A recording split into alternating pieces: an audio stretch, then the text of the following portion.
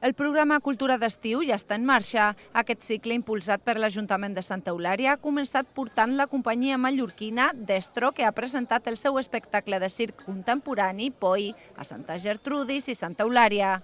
El protagonista és en Guillem Vizcaíno, campió del món de baldufa, que converteix aquest joc tradicional en l'eix d'un muntatge visual sense text. En Guillem combina davant d'un públic embadalit tècniques de circ, equilibri i moviment en una proposta dirigida a infants a partir dels 6 anys. La jornada es va completar amb els Jocs Gegants de fusta de Jugaroics entre les 6 de la tarda i les 10 de la nit, una activitat participativa pensada per totes les edats que recupera dinàmiques tradicionals i fomenta la participació intergeneracional. Estoy viendo más adultos jugar que niños, ahora que los niños se están animando, pero yo creo que esto está hecho para los adultos, porque son los típicos juegos que jugábamos todos cuando éramos pequeños. Está súper bien, me encanta, muy divertido. No, de hecho se nota que creo que es casero todo, está hecho todo a mano.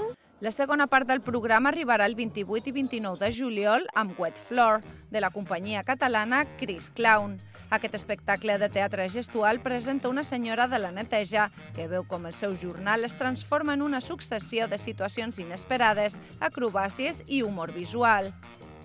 S'ha de dir que totes les activitats del programa Cultura d'Estiu són sense text i fan servir el llenguatge universal del moviment, el circ i l'humor visual.